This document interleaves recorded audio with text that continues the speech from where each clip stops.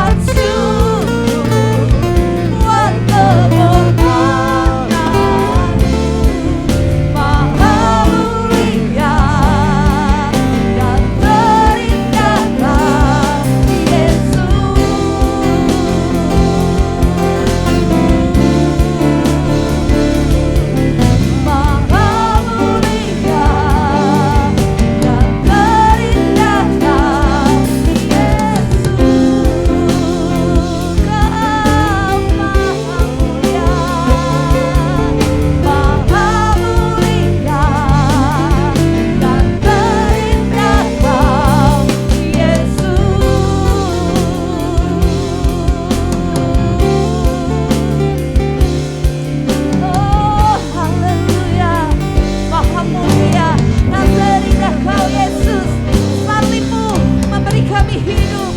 Salibmu memberi kami pengharapan. Salibmu memberi kami kekuatan.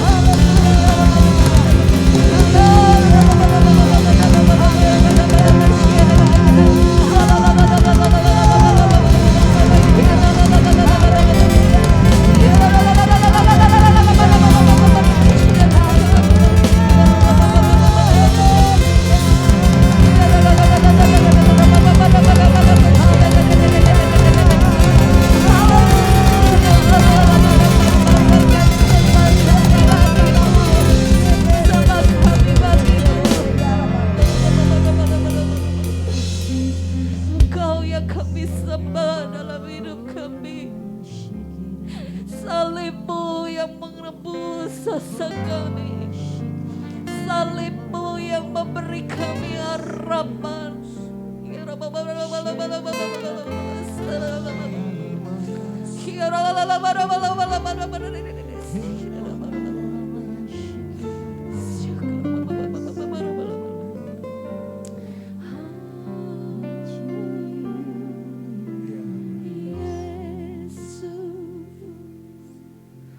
Ku sembahkan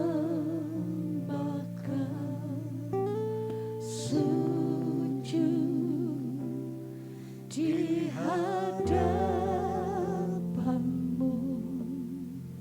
keinginan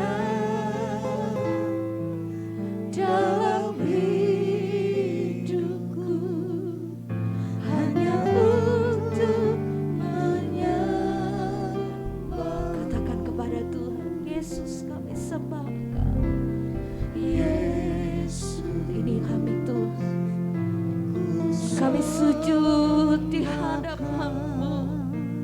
Sujud di hadapan-Mu. Keinginan dalam hidupku hanya untuk menyembah-Mu. Mari datang kepada Tuhan. Yesus,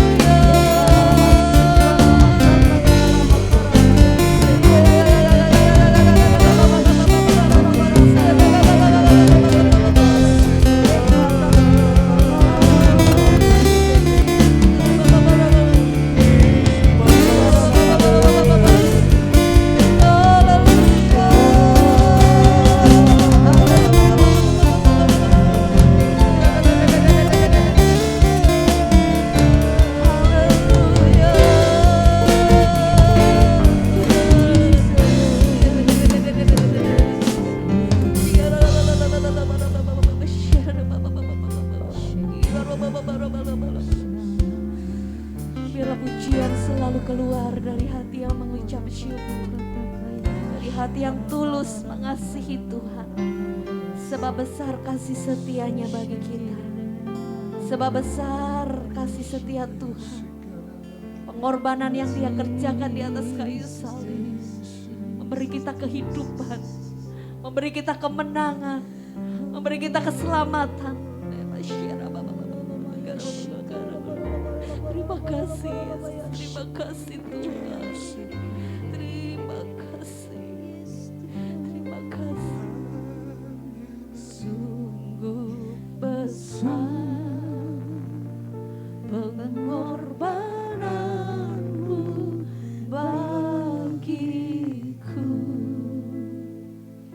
terlalu dalam untuk dimengerti. Sungguh besar, sungguh besar, sungguh besar, sungguh indah yang Kau pikirkan tentangku. Amin. Tak terselami bagiku. Sungguh indah. Benar, sungguh indah kasih Tuhan bagi hidup kita. Pengorbanannya, rancangannya yang besar bagi hidup kita tidak dapat kita selami dengan pikiran kita. Mari hidup melekat dengan Tuhan. Haleluya. Sebab Dia Allah yang menjamin masa hidup kita. Masa depan kita ada bersama dengan Tuhan. Haleluya. Oh, kemanakah aku dapat pergi menjauhi rohmu yang suci. Kau sahabat, ya sahabat, dan diadakan, dan Kau dekat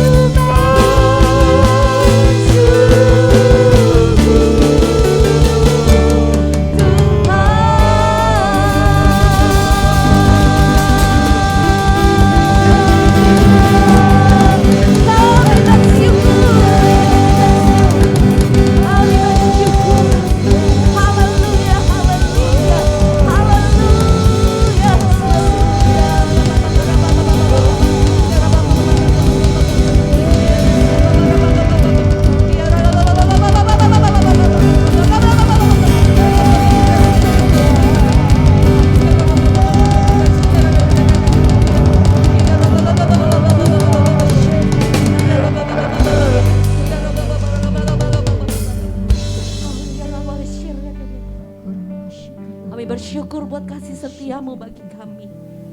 Apa yang kau kerjakan buat kami, rancanganmu yang terbaik terjadi dalam hidup kami. Terima kasih Tuhan Yesus. Mari saat pagi hari ini kita mau kembali satukan hati kita untuk kita menaikkan doa syafaat kita di hadapan Tuhan. Haleluya, haleluya. Terima kasih Tuhan buat segala kebaikan kemurahan-Mu, berkat Tuhan turun atas hidup kami. Kami sudah memuji menyembah Engkau Tuhan, dan kami berdoa untuk bangsa dan negara pagi hari ini untuk Engkau terus memberkati baik pemerintahan yang ada di pusat maupun yang ada di daerah-daerah. Kami percaya Tuhan terus Engkau memberkati bangsa dan negara kami Indonesia ini. Engkau bawa terus bangsa dan negara kami menuju kepada bangsa yang maju, adil dan makmur Tuhan. Biarlah terus Engkau memberkati, dan kami berdoa juga Tuhan untuk keamanan ketertiban yang ada. Biarlah Tuhan Engkau menjaga, memelihara, dan biarlah kami tetap bersatu di dalam Tuhan. Di dalam persaudaraan kami sebangsa dan senegara, kami percaya Tuhan bahwa Engkau memberkati hidup kami, dan kami terus mengusahakan kesejahteraan kota ini bagi kemuliaan nama Tuhan saja. Terima kasih Tuhan, berkati kota Semarang, dan biarlah terus kota kami semakin indah di dalam Tuhan. Pemerintahan yang ada beserta seluruh SKPD Engkau memberkati Tuhan. Kami percaya Tuhan, nama-Mu dipermuliakan bersama dengan umat-umat Tuhan yang ada di kota ini. Terima kasih Bapa. Kami berdoa juga Tuhan, biarlah gereja-gereja Tuhan hari-hari ini selalu semakin sehati, sepakat di dalam Tuhan. Dan biarlah nama-Mu dipermuliakan di dalam penggembalaan, di dalam pelayanan umat-umat Tuhan. Berkati Tuhan dan bawa terus gereja-gereja-Mu untuk sehati sepikir di dalam Tuhan. Mereka mengalami kesatuan di dalam pekerjaan Tuhan yang ada. Saling bekerja sama, saling menopang. Dan kami percaya Tuhan, melalui gereja-gereja Tuhan yang terus bersatu, maka Tuhan nama-Mu akan dipermuliakan. Kan banyak orang melihat kesatuan gereja-gereja-Mu, kesatuan umat-umat Tuhan yang mau menjadi berkat di tengah-tengah bangsa ini. Engkau akan menyatakan kemuliaan-Mu, dan mereka boleh melihat kasih Allah semakin dinyatakan, dan mereka juga boleh merasakan betapa indah untuk bertumbuh bersama dengan Tuhan di dalam pelayanan, di dalam pekerjaan Tuhan, gereja-gereja Tuhan yang ada. Terima kasih Bapa. Berkati gereja kami, Gereja Emmanuel Community Church. Berkati seluruh penggembalaan yang ada. Dan biarlah Kau memimpin, menolong, memberkati para pemimpin gereja, baik majelis, para hamba Tuhan, gembala-gembala sidang, seluruh pekerja Tuhan, berseluruh pengurus gereja-gereja lokal, bahkan seluruh jemaat-jemaat Tuhan, tetap sehati sepikir, bersatu di dalam Tuhan, dan mereka mau bertumbuh di dalam penggembalaan yang ada di Emmanuel Community Church ini Tuhan. Berkati di dalam kekuatan kesatuan, berkati di dalam hati yang terus melayani Tuhan, hati yang terus mau untuk digembalakan dan bertumbuh di dalam Tuhan, di dalam kebenaran firman-Mu Tuhan. Terima kasih Bapa. Berkati juga gereja kami, Gereja Ephrata Community Church. Berkati Tuhan gembala kami Bapak Pendeta Handoyo Lim. Berkati istri dan anak-anaknya, pelayanannya, kekuatan kesehatannya. Berkati gembala penasihat kami, Ibu Pendeta Trivena Karunia Jaya. Tuhan Engkau nyatakan kasih kemuliaan-Mu di hari-harinya. Dan biarlah dia terus semakin indah bersama dengan Tuhan dalam kekuatan dan kesehatannya, bersama seluruh keluarga yang ada Tuhan. Berkati seluruh pengurus litbang yang ada. Berkati para aktivis gereja Ephrata. Biar mereka tetap satu di dalam Tuhan, sehati sepikir di dalam Tuhan, dan mengerjakan pelayanan mereka masing-masing dengan penuh sukacita, dengan roh yang menyala-nyala, karena Allah memberkati hidup mereka. Berkati pekerjaan mereka, memberkati keluarga-keluarga mereka, memberkati hari-hari mereka.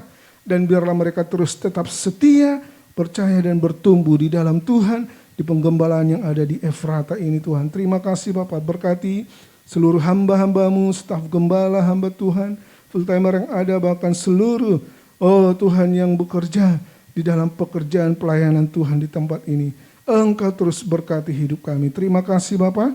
Dan kalau sebentar kami akan dengar firman-Mu, berfirmanlah bagi hamba-Mu yang akan menyampaikan kebenaran firman-Mu di dalam pengurapan, pengudusan yang daripada Tuhan. Dan kami siap dengar firman-Mu dengan penuh sukacita di dalam satu nama yang ajaib, yaitu Tuhan Yesus Kristus. Haleluya. Amin. Amin. Puji Tuhan. Shalom Bapak Ibu yang terkasih dalam Tuhan, bersyukur kita pagi ini boleh ada di hadirat Tuhan. Dan setiap orang yang menggunakan kesempatan untuk mendekat pada Tuhan pasti akan mengalami jamahan Tuhan. Saya berdoa saudara semakin merasakan kasih Tuhan, semakin bertumbuh, bahkan mengalami kemenangan dalam kebangkitan Kristus. Yesusnya sudah menang, saudara juga pasti akan menang. Jangan sampai dikalahkan ya. Puji Tuhan. Kalau mengingat akan kebangkitan Yesus, maka kita juga akan diingatkan tentang mendengar kembali suara Tuhan. Karena ketika Yesus bangkit dari kematian, dia menemui murid-muridnya menampakkan diri sepanjang 40 hari itu sebelum dia naik ke surga. Dan dia memberikan pesan-pesan, dia memberikan tuntunan-tuntunan. Jadi suara Tuhan ada berbagai macam ya, ada suara Tuhan yang menegur supaya mereka tidak berdosa, ada suara Tuhan yang mengajar ya, mengingatkan akan firman Tuhan, tapi juga ada suara Tuhan yang menuntun. Karena di Yohanes pasal 21 itu adalah saat Yesus menampakkan diri kepada para muridnya di tepi Danau Galilea. Dan kondisinya waktu itu adalah para murid sedang tidak punya lauk pauk. Mereka mencari ikan tapi sepanjang malam nggak dapat. Lalu kemudian Yesus berdiri di pantai dan berkata, tebarkan jalamu ke kanan. Ketika mereka menebarkan, mereka mendapat. Baru mereka sadar itu adalah suara Yesus. Lalu mereka menepi dan berjumpa dengan Yesus. Ternyata sungguh-sungguh Yesus. Ya. Dan saudara, Yohanes 21:14 berkata, itulah ketiga kalinya Yesus menampakkan diri kepada murid-muridnya sesudah ia bangkit dari antara orang mati. Dia memberikan tuntunan sehingga para murid-muridnya itu mendapat makanan, mendapat kelimpahan, bahkan mendapat berkat 153 ekor ikan yang besar-besar. Sangat cukup karena mereka hanya bertujuh saudara, hanya 7 orang waktu itu. Nah, tapi saudara perhatikan bahwa memang ada suara Tuhan itu menuntun mereka mendapat ikan.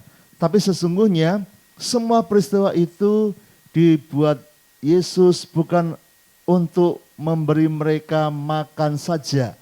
Karena hal makanan, kerajaan surga itu bukan soal makanan dan minuman, tetapi ada untuk menarik perhatian mereka. Ya, jadi Yesus itu memang membuat penampilannya, penampakan dirinya itu spektakuler, saudara. Ya, para murid sedang di dalam ruangan ketakutan, tiba-tiba Yesus masuk ke dalam tanpa melewati membuka pintu ya, dia bisa menembus tembok. Wow, luar biasa. Ya, ada ketika dia bercakap-cakap dengan 2 orang yang ke Emmaus, di tengah jalan mereka mendengar Yesus mengajar dan 2 muridnya ini kayak kena selubung dan tidak sadar, saudara. Ya, sehingga Yesus bisa ngajar dengan bebas, mereka bisa curhat dengan Yesus. Karena bayangkan kalau mereka sadar tuh Yesus, wah sudah disembah-sembah dari awal, saudara. Tapi mereka curhat, kamu nggak tahu, masa nggak kenal, nggak dengar tentang Yesus. Ini guru kami tapi diperlakukan begini. Wah, curhat mereka, padahal itu Yesus, saudara. Ya, dan Yesus mengajar mereka. Yesus punya banyak cara. Baru kemudian ketika sampai di Emmaus, mereka melihat Yesus memecahkan roti, baru sadar ini Yesus. Ya, saudara. Di bagian lain, ketika ada Thomas dengan para murid lain, Yesus datang dengan lubang di tangan dan lambungnya, berkata, cucukkan jarimu ke sini. Wow, saudara. Dan termasuk di kali itu, di Yohanes 21 ini, Yesus menampakkan diri dengan cara yang ajaib. Mereka sedang cari ikan, gak dapat, dan Yesus bimbing mereka. Nah, Yesus itu luar biasa, saudara. Dia tahu bagaimana menarik perhatian, karena dia punya pesan yang penting. Ya, sama seperti orang tua tahu cara panggil anak, anaknya sedang sibuk, gimana supaya anaknya mau mendengar dia. Harus ya, orang tua yang bijak akan tahu cara itu. Nah, Jadi cerita belum selesai.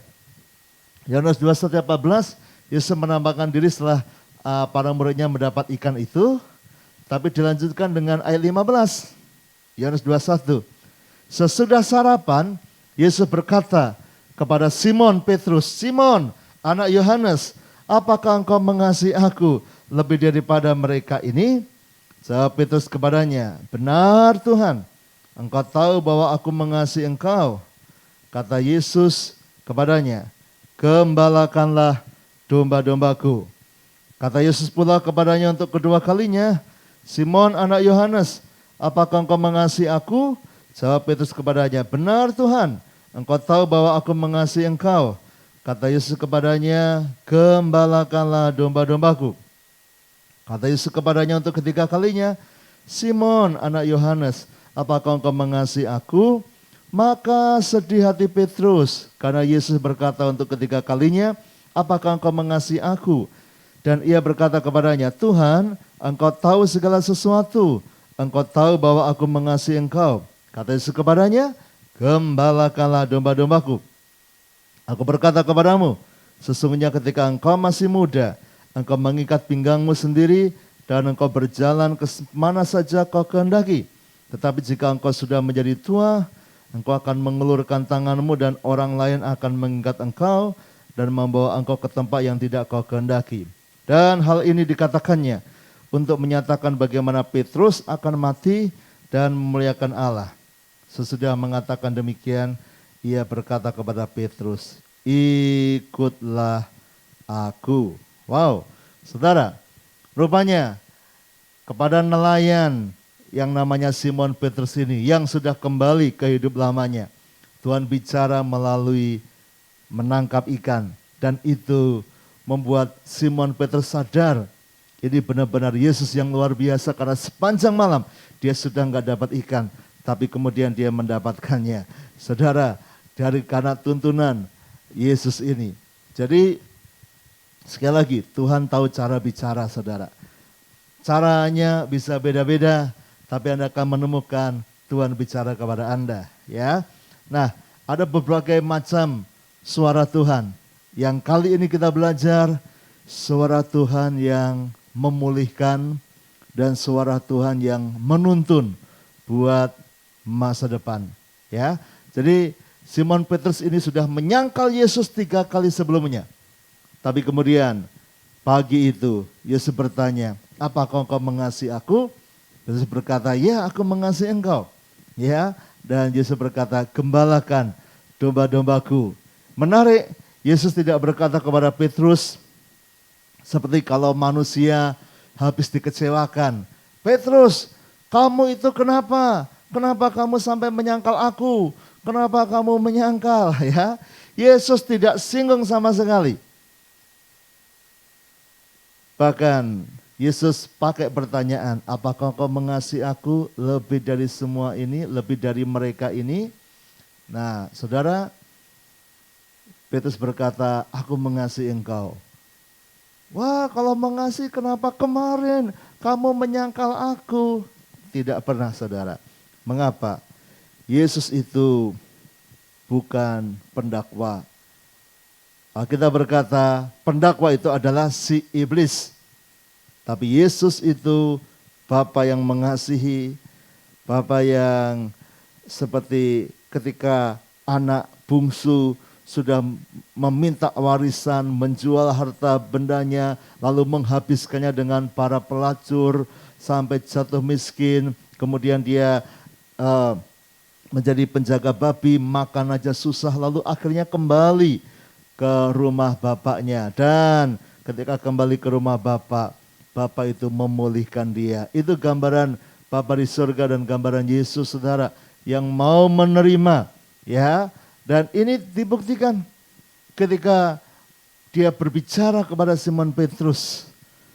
Itu adalah perkataan menyambut kembali Petrus, mengingatkan kembali Petrus untuk mengasihi Tuhan dan melanjutkan pelayanan. Bahkan sampai 3 kali.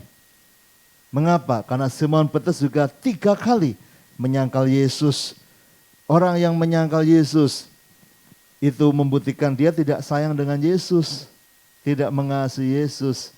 Ya, sudah jatuh, sudah gagal, sudah salah.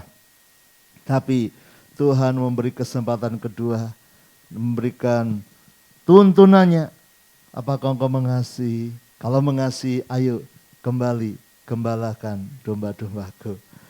Saudara,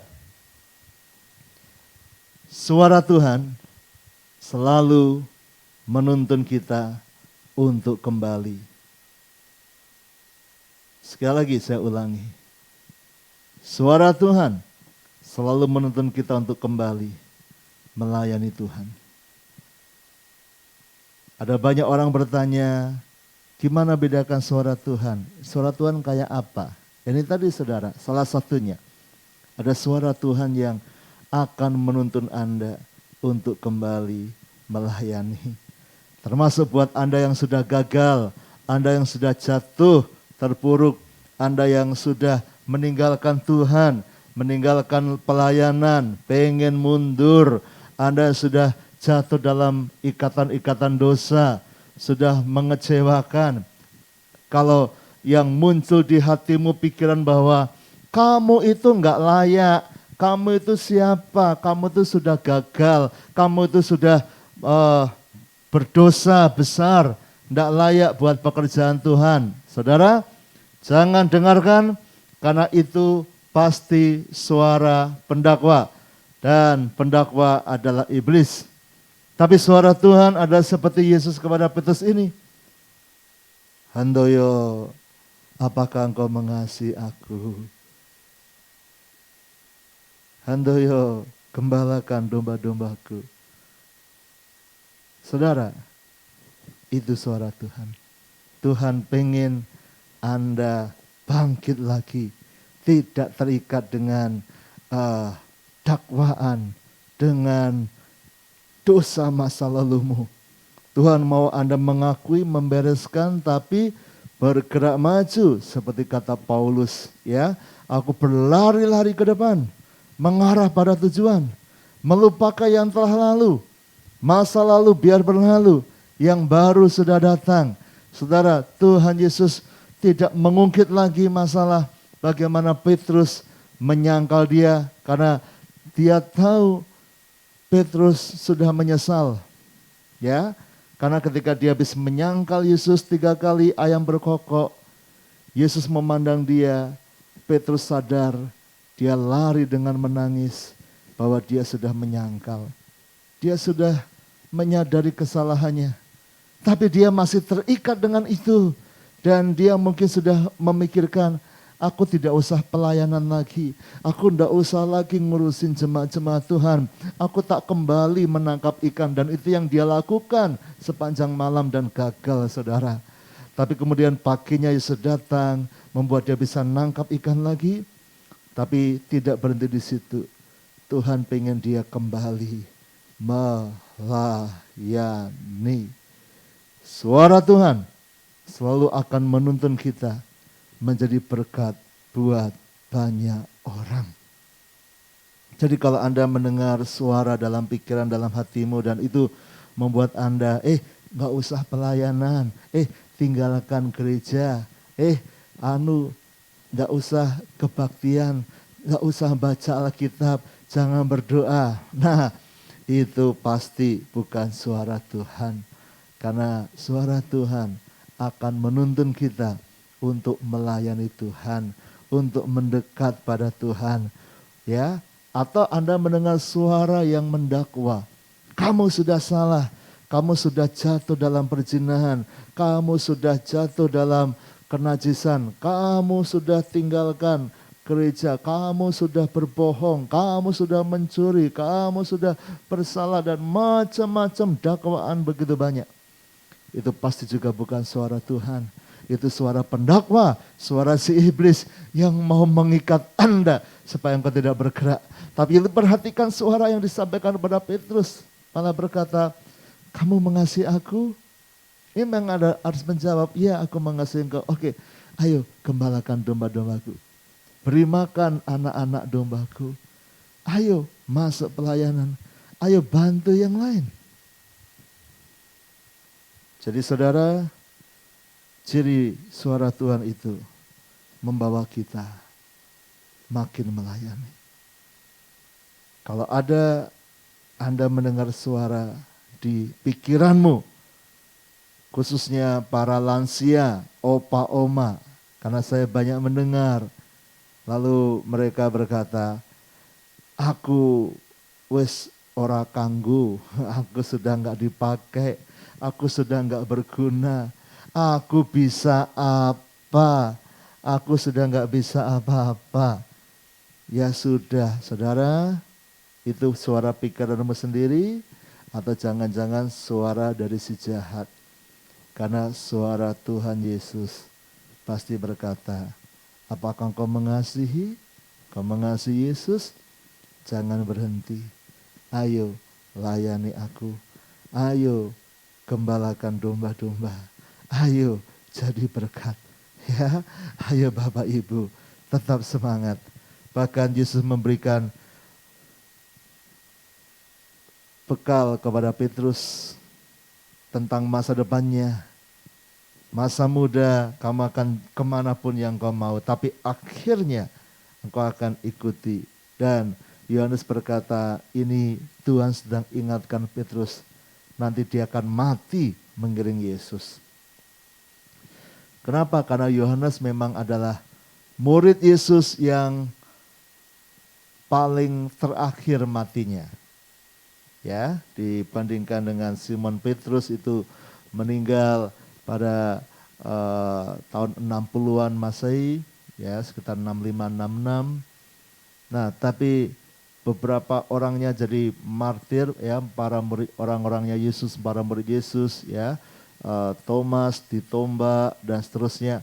Tapi Yohanes ini dia sampai mati di usia tuanya, dan dia melihat bagaimana perjalanan hidup Petrus dari yang menyangkal, kemudian berjumpa dengan Yesus kembali, mendengar suaranya, mendengar pemulihannya. Dia yang sudah lari ke hidup lama kembali melayani, kembali mengasihi Tuhan, kembali menggembalakan domba-domba. Bahkan kita jumpai dia menjadi pemimpin saat Pentakosta, sekali berkhotbah 3.000 orang bertobat, 5.000 orang bertobat. Dia menyembuhkan orang lumpuh di depan bait Allah. Dia bicara kepada para imam-imam kepala, para majelis agama yang dulu menyalibkan Yesus. Sekarang dia bicara kepada mereka. Yohanes melihat perubahan hidupnya Simon Petrus. Dan dia mengingat kembali percakapan pagi itu. Yesus ingatkan masa depan Petrus. Kamu akan pergi kemana yang kau tidak suka, tapi kau akan melakukannya demi melayani Tuhan. Dan endingnya nanti Simon Petrus mati di Roma, di kota Roma, dengan disalibkan, kepala di bawah, kaki di atas. Saudara, dan dia lakukan tidak pernah menyangkal Yesus lagi. Dia melayani sampai akhir. Ini suara Tuhan, saudara. Bicara masa depan, tapi juga mengubah Simon Petrus menjadi orang yang benar-benar mengasihi dan melayani Tuhan. Saudara, masa depan kita di tangan Tuhan.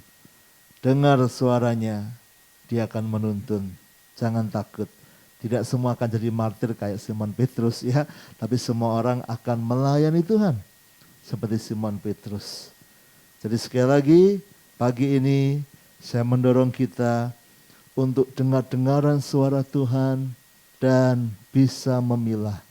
Kalau suara itu mendakwa, pasti bukan dari Tuhan. Kalau suara itu mau membuat Anda makin malas melayani, pasti bukan suara Tuhan. Kalau itu membuat Anda makin sakit hati, makin kecewa, pasti bukan dari Tuhan. Jangan ikuti. Tapi kalau suara itu membuat Anda lebih mengasihi Tuhan Yesus, membuat Anda mau melayani pekerjaannya, mau Anda sampai masa depan, percaya Anda sedang mendengar suara Tuhan Yesus. Haleluya. Mari kita datang kepada Tuhan. Bapa, jamah semua anak-anak sedang mendengar kebenaran-Mu pagi ini. Terutama mereka yang masih belum bisa membedakan suara Tuhan, jamah sehingga mereka mulai mengenali bahwa suara Tuhan itu bukan suara pendakwa. Kalau penuduh, pendakwa itu suara iblis. Tapi suara Tuhan justru seperti bagaimana Yesus bicara kepada Simon Petrus. Petrus sudah menyangkal, tapi Yesus membangkitkan kembali Simon Petrus. Mengembalikan Petrus untuk mengasihi Tuhan. Memberikan tugas yang baru kepada Petrus untuk menggembalakan domba-domba. Oh, haleluya. Tugas yang diberikan pada Petrus itu sedikit berbeda lagi. Kalau Anda ingat saat Yesus memanggil Petrus untuk melayani, dia berkata, "Mari ikutlah aku dan kamu akan kujadikan penjala manusia." Tapi ketika Petrus menyangkal Yesus, Yesus datang. "Kamu mengasihi aku?" Ia mengasihi. "Maka gembalakan domba-dombaku." Dan tugas penjalaan jiwa beralih kepada Paulus dan yang lainnya. Petrus berfungsi lebih banyak untuk mengembalakan domba. Tetap menjala jiwa, tetapi dia kemudian hari lebih banyak gembala. Dia khotbah 3.000 jiwa dijala digembalakan. Tapi kemudian dia semakin lama menjadi gembala. Ternyata penggenapan suara Tuhan. Suara Tuhan tidak pernah salah. Dan semuanya menuju untuk kita melayani Tuhan. Bapa, buat kami sadar dan biarlah kami menemukan suara Tuhan dalam hidup kami. Suara yang membawa kami lebih semangat di ladang Tuhan, lebih semangat doa pagi, lebih semangat melayani Tuhan, lebih sungguh-sungguh memberkati komsel-komsel kami. Dan kami percaya apapun yang kami lakukan, Tuhan melihat, Tuhan menuntun masa depan kami. Terima kasih Bapa, buat kami mengerti dan kami bisa mulai membedakan suara Tuhan lebih baik lagi. Kami masuki hari ini dengan sukacita. Kami percaya anugerah Tuhan melimpah di hidup kami. Saudaraku, sekarang terimalah berkat dari Allah Bapa, cinta kasih Tuhan Yesus Kristus dan persekutuan dengan Roh Kudus menyertai senantiasa sekarang sampai selama-lamanya. Doa Bapa kami. Bapa kami yang di sorga, dikuduskanlah namamu, datanglah kerajaan-Mu. Jadilah kehendak-Mu di bumi seperti di sorga. Berikanlah kami pada hari ini makanan kami yang secukupnya. Dan ampunilah kami akan kesalahan kami, seperti kami juga mengampuni orang yang bersalah kepada kami. Dan janganlah membawa kami ke dalam pencobaan, tetapi lepaskanlah kami daripada yang jahat. Karena Engkau-lah yang mempunyai kerajaan dan kuasa dan kemuliaan sampai selama-lamanya. Amin. Selamat pagi, selamat mendengar suara Tuhan dan melayani Tuhan. Tuhan memberkati.